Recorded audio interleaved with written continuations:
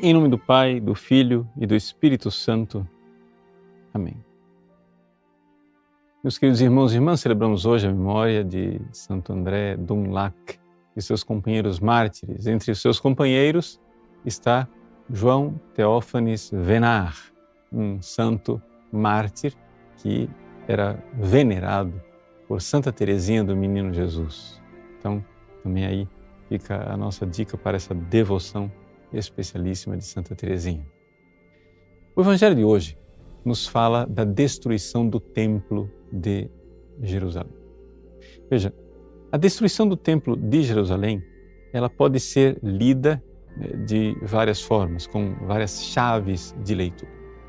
Mas, na realidade, o Templo de Jerusalém, como nos ensinou o próprio Jesus, era símbolo do seu corpo, do corpo de Jesus.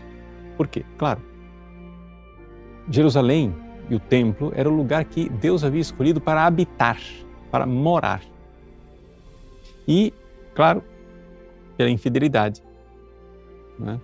Aquele lugar santo tornou-se lugar de profanação e iria sofrer, consequentemente, os castigos de Deus. No ano de 70 depois de Cristo, virá o Império Romano e irá causar grande destruição, uma verdadeira tragédia foi a destruição do templo no ano de 70. Pois bem, esta tragédia histórica no ano de 70, ela é de alguma forma uma espécie de símbolo daquilo que aconteceu com a humanidade de nosso Senhor Jesus Cristo na cruz. Ou seja, Deus veio morar em nosso meio e nós destruímos a morada de Deus. Ou seja, Jesus é Deus conosco, Deus que habita em nosso meio. E ao matá-lo na cruz, ele foi dilacerado, foi destruída a morada de Deus no nosso meio. Claro que Deus, então, ressuscita o seu Filho Santíssimo e acontece o seu triunfo de glória.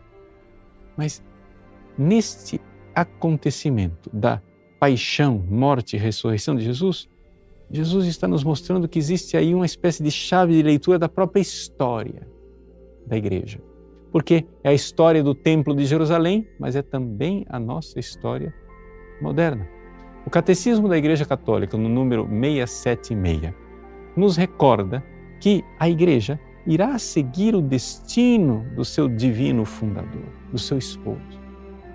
Ou seja, assim como Jesus passou pela paixão, morte e ressurreição, a Igreja também irá passar pela paixão, morte, pelo menos aparente aos olhos humanos, e ressurreição.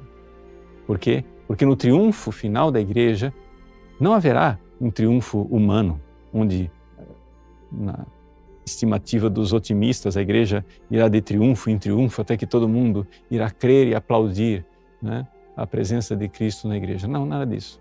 O que haverá no final é um grande desencadeamento do mal, onde a Igreja, humanamente falando, irá desaparecer aos olhos humanos.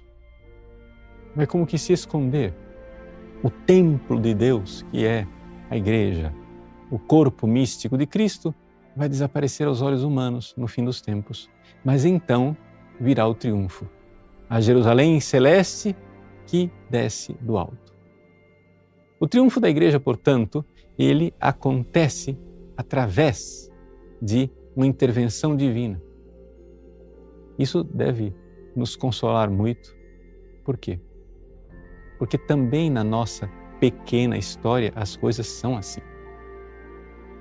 Ou seja, veja, toda a história, no fundo, se nós olharmos com o olhar da fé, é a história de Cristo.